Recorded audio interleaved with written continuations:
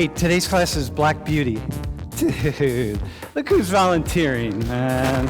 As a sociologist, I don't have standards of beauty at all. I don't. For me, beauty, what we think about is what's beautiful and is like completely socialized. So regardless of where your background is, people like facial symmetry. So like, imagine you put a grid on your face and like people are attracted to that. People tend to be attracted across all cultures to clear skin. As people migrated around the world, we adapted to the environment in different ways. And then we had basic, as we exchanged genes, I don't want to get into it, but like people who grouped together tended to, certain genetic markers became dominant. And then people who group together tend to exhibit those same markers. If you don't know Koreans, they all look the same, but if you sit and stare at it long enough, you start to see these profound differences that are as big as the difference between Simone and me. Do you see a difference? Yeah, what's the difference? What do you see? Well, one thing about these ladies, definitely, they're all skinny. If the standard was being shaped by black people, the standard for this would be very different. We had this trend of like white girls, blonde, red hair, or even Asians like me, who would get dreadlocks, braids, and stuff like that. And at the time, it was just kind of viewed as a rebellious thing, but amongst the high schoolers, it was viewed very attractive. In fact, I actually really liked the girl that with a dreadlock. And I wanted to know like your opinions on like the majority following the minority beauty standards and trying to like go out of their ways to like tan their skins, do their hairs that doesn't fit their hairstyle.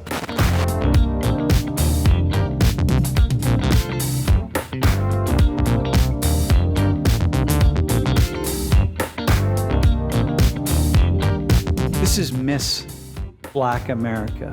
I'm wondering, like, are there any notable difference between the contestants who are in line to win Miss Black America versus those who are running for Miss America or Miss USA?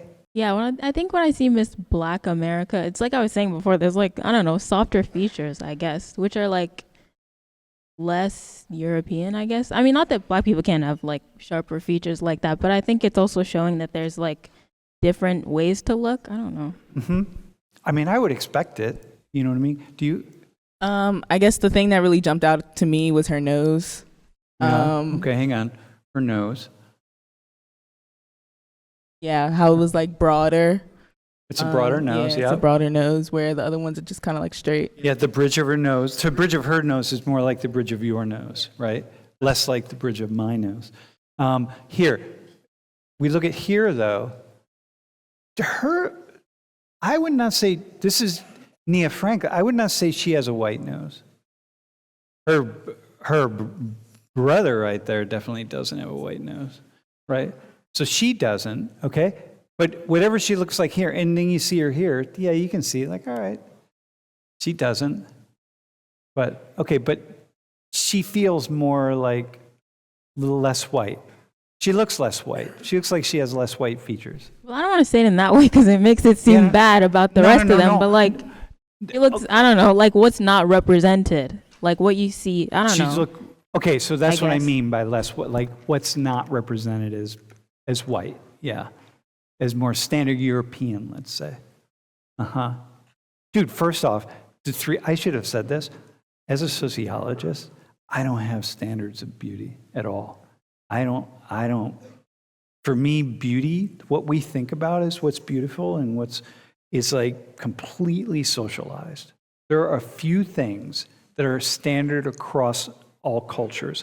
One is what we find largely is symmetry in a face. So regardless of where your background is, people like facial symmetry. So like, imagine you put a grid on your face and like people are attracted to that. People tend to be attracted across all cultures to clear skin. Just doesn't matter what pigmentation your skin is, where you're from. If it's clear, that tends to be identified as more preferable. I did 2019, leading black actresses in film. So what do you see when you see that photo? Like, what makes these women as actresses outstanding? Like, what is it? What makes one of them beautiful or not beautiful? And I'm saying, answer this question as black women, okay? Really, put the lens on as black women, not as people in Social 19, not as just young women in Social 19, not as nothing, just as black women. What stands out about different women in this photo to you? I feel like for me, it's going to be like what movie I saw. Because I'm not looking at this photo and being like, oh, she's more beautiful than the other. I'm looking at like these amazing women who act. And like, obviously not obviously, my eye goes to Angela Bassett because like she's a great actor. And just like all these people are great actors. And I'm not like just going to be like, oh, like I saw her in a movie. It was a good movie. But I'm not going to talk about her features. It doesn't really matter. It doesn't matter. Yeah, okay, yeah. Cool. Yeah, that's how I am. I mean, I don't really. Do you have a thought on that? A thought on like how they look? Yeah, like what jumps out? Like the first thing I see when I look at them, not gonna lie, the first thing I look at on a woman is like a forehead. I don't know. Like you want me to objectify them or something? No, that's good. What do you see? What are you looking at with the forehead? What are you seeing? Like, I just see, I look at a forehead. I don't know. That's the first thing that pops out at me. Well, what are you looking? Are you looking for like symmetry, curved, like lots of forehead, less forehead, like kind of Ethiopian, East African forehead, or what East African, like Somali, Eritrean, Ethiopian? I definitely see the different, like, I mean, I don't know exactly which African race, but I could see like in the third row. Yeah, right here. Yeah, I could see like that. Yep. They look they're some sort of African, and East African. East African, and I could definitely notice I can see that without her. I don't know who they are, but East African. Look at where her eyes are compared to her forehead. Look at her. See that? Like that's. And by the way, that's a different kind of symmetry, right? So notice her eyes here. Like look at where her eyes are on her head. But in her, and this is what's really important. Human beings, as we travel around, as people migrated around the world, we adapted to the environment in different ways. And then we had basic as we exchanged genes, I don't want to get into it, but like people who grouped together tended to, certain genetic markers became dominant. And then people who group together tend to exhibit those same markers. So that's why you can travel through the Americas or through Europe or through Africa or whatever, and you're going to see like, you would know, like, she's not Nigerian. Like you just, and when we think about the Americas, like, most African Americans, almost all, except very few, are West Central African. And are not going to, African Americans are not going to look like her. It's a different side of Africa. And that, to me, it's perfect. It's neither, right? There's certain women here who somehow wouldn't end up here. And then I wonder about that. I think it's also because, like, the judges are probably, like, white judges, like, the ones that picked them. And then for, like, movies and stuff, it could have been, like, I don't know, like, black people who casted them. So there's, like, let's get these people in here to represent us. So it was, like, black people had more say on, like, who was represented, I guess. I would think so. Yeah, if you think about who's going to rise to the top, it's going to be lots of different people. You're not leaving it up to one group of people to make that decision. So and by the way, I just think that's awesome. The other thing that I think is really important, leading black actors or actresses in film. The other thing is just look how different people look. You know what I mean? It's like, how different. If we remember back to when I did the same thing with Koreans, like, if you don't know Koreans, they all look the same. But if you sit and stare at it long enough, you start to see these profound differences that are as big as the difference between Simone and me. Like with that list of Koreans, and same with these women, which I think is like, okay, that's a matter of like adjusting our eyes to understand the difference, and then adjusting our desires. You know what I mean? Like what we think. Yeah, KJ. Are you asking like, what's the differences? So you're asking like, what's the differences between these ladies and the pageant ladies? And Well, like that's one question. why are? Do you see a difference? Let me ask you, do you see a difference? Yeah, what's the difference? Yes. What do you see? Well, one thing about these ladies, definitely, they're all skinny.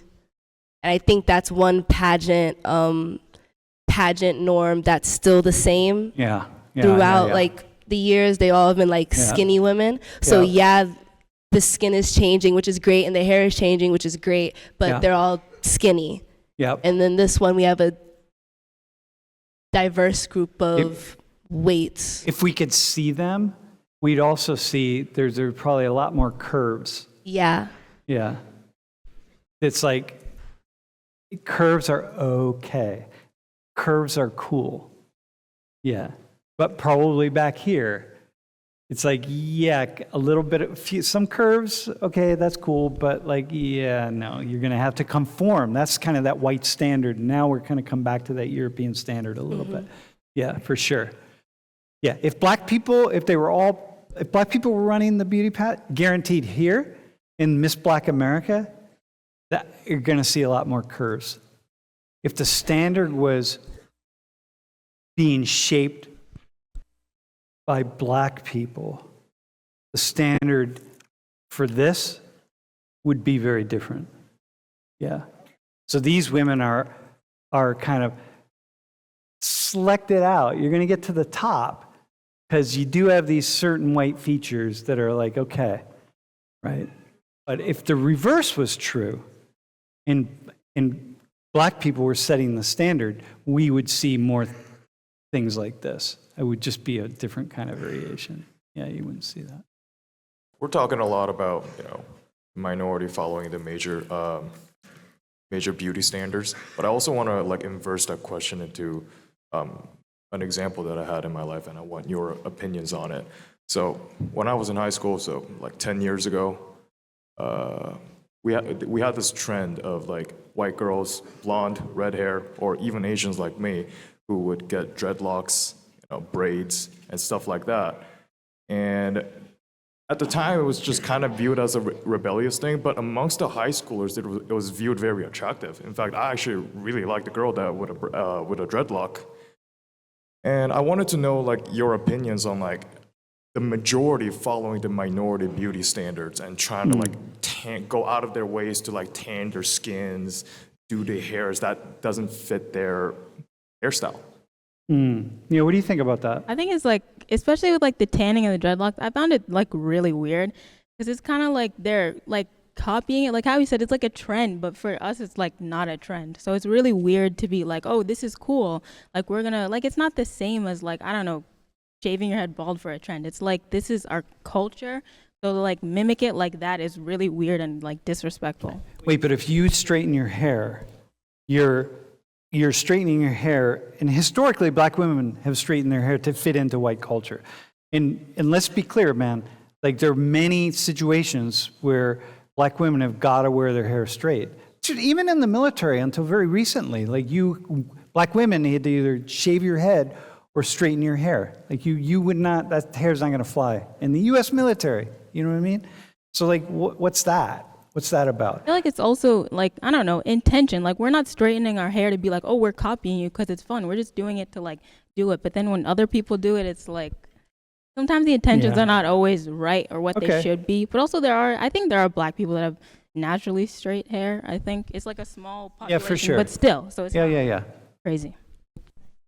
I feel like locks and braids, they're also like cultural. So I feel like some things where like you don't understand the culture, but you just think it's cute. Like, okay, but like, again, like for a trend, that is weird because like in locks, like when you go back to like Jamaican culture, like locks are very treasured in their culture, like the Rastafarian culture. And then like braids, cornrows, like African American slaves, like they would braid the trail to like the Underground Railroad, something like that, into their braids. So like it's not just something we do or that we have done for just to look nice. Yeah, but what's the problem? Okay, so KJ, what's the problem if someone says, if someone who's not black is like, hey, I'm gonna put some weaves in my hair. Like I'm gonna go out, I'm gonna get some weaves, I'm gonna put them in my hair.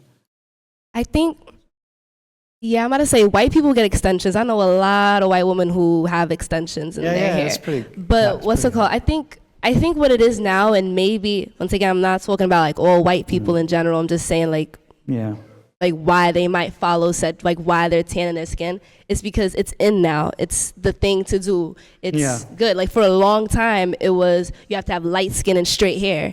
That was the trend. Everyone wanted to have light skin and straight hair. So now it's a shift, and people are embracing darker skinned people with their natural hair and their locks. So now they're like, hey, I want to look like that too. So maybe it's just the trend and that's what they want to do. Do I think it's okay? I mean, honestly, I don't think it's amazing, but if that's what you want to do, be free. I'm not going to tell you what you should and should not do. Who am I, you know? But listen, but it's kind of cool, isn't it though, that if you like think about the three of you, when someone comes along and says, hey, no, listen, whether they're Asian or whatever, but they're saying, no, hey, I want to look like you. Like, I really want to. Yeah, I personally do not have a problem with that. Like, I know, like, when I go to the Caribbean and stuff, like, in the resort areas, there's, like, the little white girls want to braid their hair and stuff. And, like, my family be like, oh, no, like, why are they doing that? They can't do that. They shouldn't do that. And I'm like, I get where you're coming from, but I don't think I don't think they're trying to have, like, any ill intent. It's the trend, it looks nice, and they're appreciating that. And I get that, but there is a lot of people who flip that and try to like make fun of it or something. Like what Simone said. Simone, I just want to add, like going back to like the whole trend thing, like that's why like the whole Crown Act came into place. I don't know if you guys know what the Crown Act is, but it's basically a law that's put into place in some places where you can't discriminate based on hair. Because there have been instances where black women, black men have been kicked out of classrooms, kicked out of school because they're wearing braids, because they're wearing locks. Literally, like a few years ago, a black man in New Jersey was wrestling, and the ref told him to stop, bring out a pair of scissors, and cut his locks off, like in the middle of the match. Like, that's crazy. But then, like, we get like it's a trend, like it looks cute, but like you're also like people that wear this stuff are not thinking about what black people can go through, and I feel like that's the problem that some people have with it, because we're getting kicked out of class, told to cut our locks, but then y'all just walking around like it's cute. Yeah, dude, that's it, exactly. Okay, awesome, man. Nice job. Wait, hang on. Yeah.